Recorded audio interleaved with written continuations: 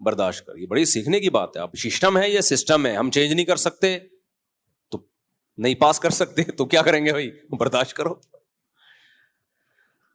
تو جو جس کی فیلڈ نہیں ہے وہ اس میں کوئی مفتی بنا ہوا ہے, کوئی حکیم بنا ہوا ہے. حکیموں میں منجن دیکھ لو یار, برباد کیا ہوا ہے یوٹیوب کی دنیا میں. ہر آدمی بیٹھ کے حکیم بنا ہوا ہے, نسخے بتا رہا ہے, ٹوٹکے بتا رہا ہے. ایک دفعہ میرے پاس فون آیا کہ میں حکیم ہوں نہیں, لیکن میں نے حکیموں والا چینل بنایا ہوا ہے. میں نے کہا کہاں سے جائز ہے آپ کے لیے یار یہ کام؟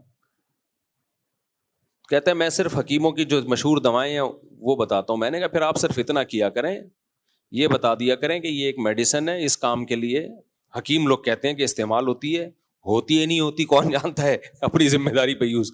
اتنا ٹھیک ہے, اس سے آگے نہیں بڑھو کہ میری تحقیق. یہ نہیں بتاؤ کہ نزلے کے لیے میری تحقیق ہے کہ یہ ہے نزلے کے لیے. ایسے جب نیم حکیموں سے واسطہ پڑتا ہے بیڑا غرق ہوتا ہے صحتوں کا. تو خیر کہاں سے کہاں نکل گئے ہم. میں بات کیا کر رہا تھا؟ شیطان کے بارے میں رپورٹ پیش کر رہا تھا. نہیں, وہ جو یہاں کدھر سے بات آ گئی. خیر, تو شیطان جو تھا نا, شیطان, ہاں علم کہ اللہ تعالیٰ نے انسان کو سمجھنے کی صلاحیت دی ہے, یہ چیز دوسری مخلوق میں نہیں ہے. یہ سیکھ سکتا ہے, یہ سیکھ سکتا ہے, یہ دوسری مخلوق میں نہیں ہے. اگر انسان کے مادے کو دیکھا جائے تو بہت چھوٹی سی مخلوق ہے بھائی. واقعی اس کی 2 ٹکے کی اس کائنات میں ویلیو نہیں ہے. میں کچھ بھول رہا ہوں, میں بیچ میں ایک جگہ نہیں, ملحد والی بات نہیں. خیر, میں جب بھول رہا ہوں تو لوگ کہتے ہیں آپ کا حافظہ خراب ہو گیا. تو اتنے سارے لوگ ہیں یہ بھی تو بھول رہے ہیں, تو میرا کہاں سے خراب ہو گیا خالی. تو شیطان جو ہے, ہاں اس کو 2 دھوکے ہوئے. ایک دھوکا تو اس کو یہ ہوا کہ وہ سمجھ رہا ہے یہ میں خود سے آگ سے بنا ہوا ہوں, اور دوسرا دھوکا وہ سمجھ رہا ہے کہ جو آگ سے بنی ہوئی چیز ہوتی ہے وہ زیادہ, اس کی فضیلت زیادہ ہے, اور جو مٹی سے بنی ہوئی ہے اس کی فضیلت کم ہے. بھائی اگر اس کو دیکھا جائے مٹی سے بنی ہوئی چیز اور آگ سے, تو آگ کی بنی ہوئی کی بھی کوئی ویلیو نہیں ہونی چاہیے. پھر اس کائنات میں کیا آپ کی کیا پاور ہے آپ کے پاس؟ تو فضیلت کس بیس پہ اللہ نے دی ہے؟ علم. دیکھو علم کی فضیلت اتنی زیادہ ہے, اتنی زیادہ ہے. اللہ کی نظر میں انسان کو جو سب سے زیادہ فضیلت دی گئی ہے وہ کس بیس پہ؟ اس میں جاننے کی صلاحیت ہے. اس کے پتہ چلتا ہے کہ علم کی بیس پر انسان کو فضیلت حاصل ہوتی ہے.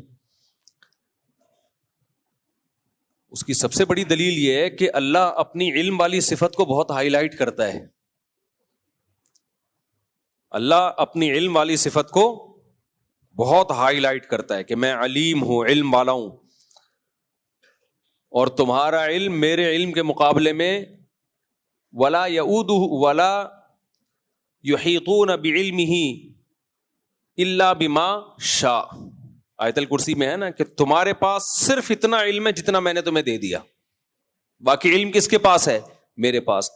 تو اللہ اپنے علم کو بیان کر کے اپنی فضیلت ثابت کر رہا ہے نا, کہ تمہارے پاس علم بہت تھوڑا, میرے پاس علم بہت زیادہ. تو اللہ اس سے اپنی فضیلت انسان پہ ثابت کر رہا ہے کہ تم کم جانتے ہو, میں زیادہ جانتا ہوں. اس سے پتا چلا جاننا فضیلت کی چیز ہے.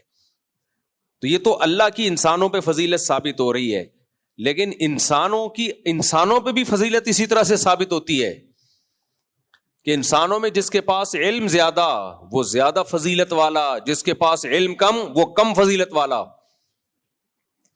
تبھی قرآن نے صاف طور پہ بھی کہہ دیا قل هل يستوي الذين يعلمون والذين لا يعلمون. بتاؤ جاننے والے نہ جاننے والوں کے برابر ہو سکتے ہیں؟ کبھی بھی نہیں ہو سکتے. گدھے کو فضیلت گدھے پر علم کی بیس پہ ہو سکتی ہے؟ بولو نہیں. گدھے پہ وہ فضیلت گدھے کو جب ہوگی جب جو گدھا زیادہ لوڈ اٹھائے گا وہ زیادہ اچھا گدھا ہے. آج ہمارے نوجوان طبقہ جم میں جا کے مسل کو تو بہت ویلیو دے رہا ہے, تعلیم کو بالکل بھی فوکس نہیں کرتے. او بھائی یہ جو صرف مسل ہی بنانا اگر فضیلت ہے تو بیل تم سے زیادہ فضیلت صاحب فضیلت ہے. تم سجدہ کیا کرو بیل کو. اس کے جو مسلز ہوتے ہیں میرے اور آپ سوچ بھی نہیں سکتے. کیا خیال ہے؟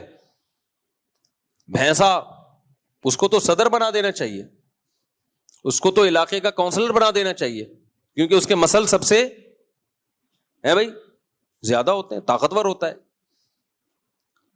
جم جا رہے ہیں بنا بنا کے, یہاں اسپیڈ بریکر بنا دیے اتنے بڑے بڑے, ٹھیک ہے بنائیں آپ, اچھی بات ہے, لیکن آپ کو جو فضیلت دی ہے خدا نے, انسان کو جو فضیلت دی ہے وہ یہ مسلز کی بیس پہ یا آپ 150 کلو کے ہو گئے اس بیس پہ نہیں ہے بھائی.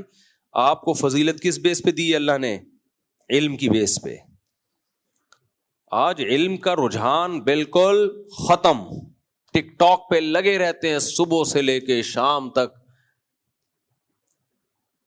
معلومات کہاں سے آئیں گی؟ معلومات کتابوں سے آتی ہیں. کتاب پڑھ لو, لیپ ٹاپ پہ نیٹ پہ پڑھ لو, پڑھو تو کتاب کے بغیر نہیں آتا علم. کتابوں کا رجحان ختم. تو اللہ نے کیا فرمایا؟ هل يستوي الذين يعلمون والذين لا يعلمون, کیا جو جانتے ہیں ان کے برابر ہو سکتے ہیں جو نہیں جانتے؟